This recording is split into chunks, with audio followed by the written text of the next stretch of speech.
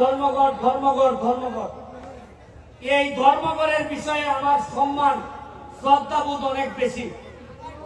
কিন্তু আমি এইখানে এমপি হয়ে আসার আগে এইখানে কিছু মানুষ যারা অধর্ম হয়েছে আমি জানি ভালো করে।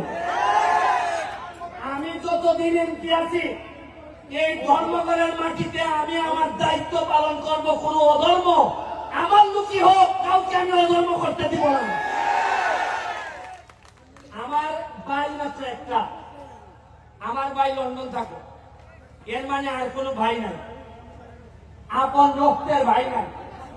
কিন্তু ধর্ম করে আইসা আমি কিছু লোকের সন্ধান পাইছি। আমি আমার আন্ডারে 21টা ইউনিয়ন আর 2টা পৌরসভা,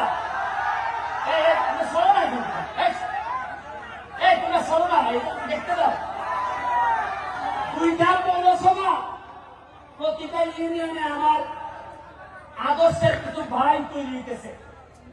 এর মধ্যে ধর্মঘট ইউনিয়নে আমার একটা এখন পর্যন্ত আমি তারে পাই নাই, হয়তো খারাপ করে হইতেও পারে, আপনারা হয়তো আমার চেয়ে ভালো জানতেও পারেন। তবে আমার কাছে মনে হয়েছে মার পেটের না হইলেও আমার একটা আদর্শের ভাই হচ্ছে গেটুটু। ও আমার নির্বাচন থেকে শুরু করে আজকে পর্যন্ত আমার যেভাবে সহযোগিতা করছে, আমার কাছে মনে হয় আমার যদি মাইরা ফেলা হয়, আমি যদি হঠাৎ করে মারা যাই, আজকে যখন আমি হেলিকপ্টারে নামি, আমি স্টেডিয়ামে, আমি যখন আকাশে ছিলাম, তখন আমার কাছে মনে হয়েছে আমি যদি এখন মারা যাই তাহলে আমার মাধবপুর সোনারঘাটের কি হবে, কে এমপি হবে আমার পরে। আসলে এমপি হইলে কি পারবে? তারা তো আগের মতোই মজা মারে, মজা বাইরে আমরা খালি বইটা পাই, এরকমই হবে কিনা। তখন আমার মনে হয়েছে কিছু কিছু চেহারা আমার বাচ্চা উঠছে, যে আমার দাদন কামনের পরে হয়তো এই লোকগুলো আবার মাধবপুর সোনারঘাটের দায়িত্ব নেবে। শুনেন, মাত্র 4.5 মাসে যে এমপি হয়েছে, বরাদ্দ পাইছি প্রায় 31 কোটি টাকা। কত পাইছি? এর মধ্যে 25 কোটি লেগে আমার বছরের পর বছর আইবারে রাস্তা বানাই খালি। এইটা বাদ দিলে কত থাকে? 6.5 কোটি থাকে। 6 কোটি দিয়ে রাস্তাঘাট মসজিদ মসজিদটা বানাইতেছি। তা আমার প্রশ্ন হইল, 4.5 মাসে যদি 31 কোটি বাইরে থাকে, আরে আমি তো এমপি, আমরা তো মন্ত্রীও পাইছিলাম, জীবনে মন্ত্রী নিয়ে আপনারা 5 টাকা বাইরে নিয়ন্ত্রণ ঘোষণা হয়েছে, টাকা গেল কই?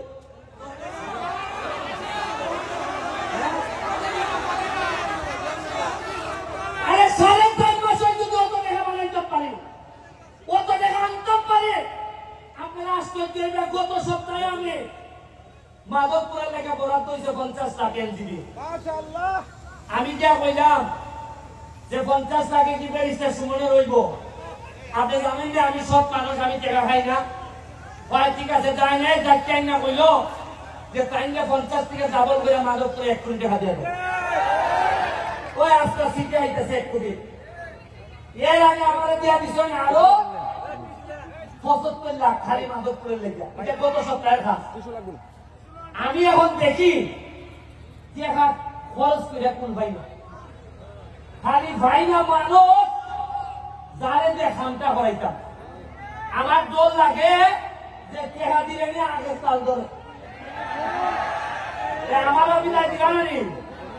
আর আমি জানি এ লেগে এমপি সাহেব হইতাম চাই না, সুমন ভাই হইতাম চাই, কারণ আগামীবার এমপি নাও দেখতে পারে, কিন্তু ভালোবাসা দিয়ে আপনারা ভাই হইতে পারলে বই যাবো, আমি শান্তি পাইব। পর্যটন নগরী বানাইতাম এইখানে।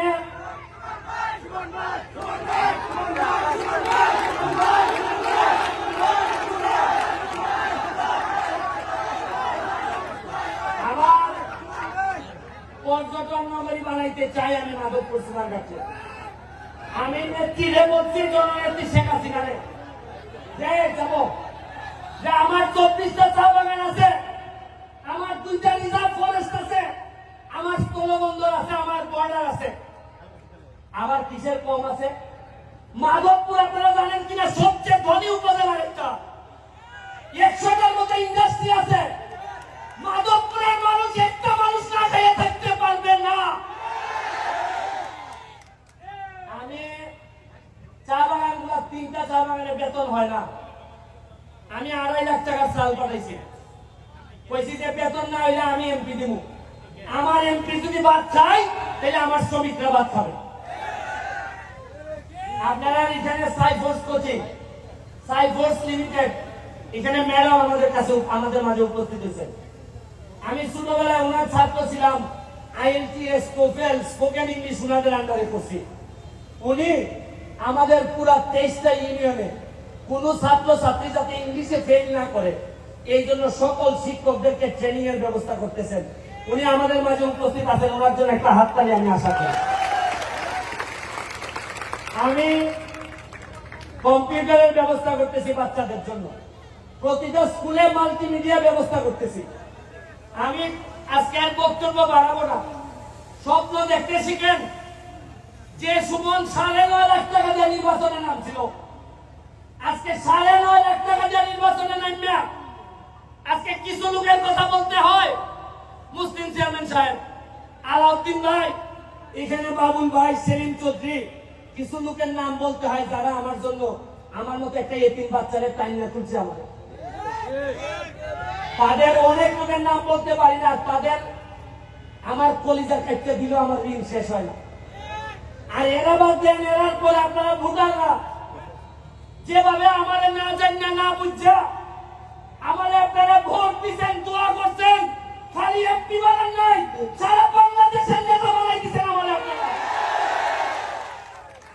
আমরা মাধবপুর সোনারঘাটের হিসাব করি না, হিসাব করি মাধবপুর থেকে জাতীয় নেতৃত্ব তৈরি হবে, সোনারঘাট থেকে জাতীয় নেতৃত্ব।